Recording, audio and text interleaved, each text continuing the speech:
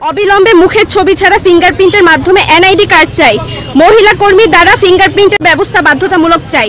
সকালে রাজধানীর আগারগাঁওয়ে নির্বাচন কমিশনের অফিস নির্বাচন ভবনের সামনে একই দাবিতে বিক্ষোভ সমাবেশ করেন মহিলা আঞ্জুমানের আরো কয়েকজন নারী সদস্য।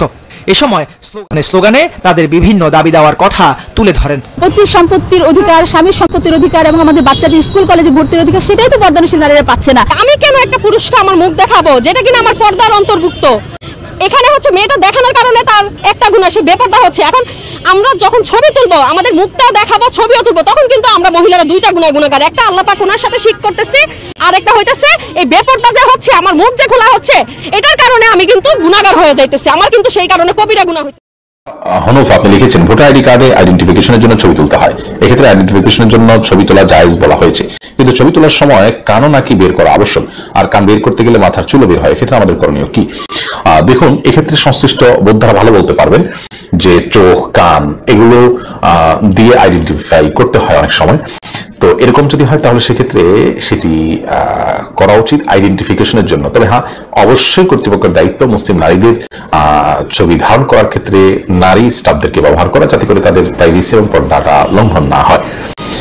এটি মৌলিকভাবে কোনো গুনাহের বিষয় হবে না ইনশাআল্লাহ বিদিনিল্লাহ। আইডেন্টিফিকেশনের জন্য আপনি এটা করতে পারেন। ছবি তোলা প্রসঙ্গে, এই যে আমরা ফটোগ্রাফি নেই, ফটো তুলি, এটা জায়েজ কিনা? এক্ষেত্রে অনেকে বলে থাকেন আশাদ্দুন নাসি আযাবান ইয়াউমাল কিয়ামাতি আল মুসাব্বিরুন, কিয়ামতের দিন সবচেয়ে বেশি শাস্তি দেয়া হবে যাদের তারা হচ্ছে মুসাব্বিরুন, চিত্রাঙ্কন করে, যারা মূর্তি বানায়। তো এই মুসাব্বিরুন দ্বারা সামান হু টেকস দ্য ফটো, যে ছবি তোলে, এটা কিন্তু না, এটা হচ্ছে যারা ভাস্কর্য তৈরি করে, প্রতিমা বানায়, মূর্তি বানায়, প্রাণ আছে এমন জিনিসের চিত্র অঙ্কন করে অপ্রয়োজনে, এটার কথা বলা হয়েছে। কিন্তু আমরা যে ছবি তুলি এটাকে ইমেজ বলে, এটা তুলতে কোনো সমস্যা নেই, এটা তোলা হারাম নয়। খেয়াল রাখবেন, কোনো জিনিসকে হারাম বলে ঘোষণা দিতে হলে সুস্পষ্ট দলিল লাগে। আল আদিল্লা আল কাতঈয়া, অকাট্য দলিল ছাড়া কোনো জিনিসকে হারাম বলে ঘোষণা দেওয়া যায় না। আমরা যে ছবিটা তুলি এটা মূলত আমাদের চেহারার একটা রিফ্লেকশনকে আমরা কাগজে ধরে রাখি। যেমন আয়নার সামনে যখন আমি যে দাঁড়ালাম, এই আমি, এই আমার আয়না, তো আয়নাতে যাকে দেখা যায় সেটা কি আমি? না, সেটা তো আমি না, আমি হচ্ছি এটা, আর ওইটা হচ্ছে আমার রিফ্লেকশন। তো এই রিফ্লেকশনকে যদি ধরে রাখা জায়েজ না হয় তাহলে তো আয়নার সামনে দাঁড়ানো যাবে না। বিষ্ণু তো আয়নার সামনে দাঁড়াতেন আর পড়তেন আল্লাহুম্মা হাসসানতা খালকি ফা আহসিন খুলুকি, আল্লাহ আমার চেহারা যেমন সুন্দর করেছেন আচরণ করে সুন্দর করে দেন। তো আয়নাতে আমরা যেটা দেখি সেটাকেই মূলত কাগজে ধারণ করা হয়, এটা জায়েজ আছে।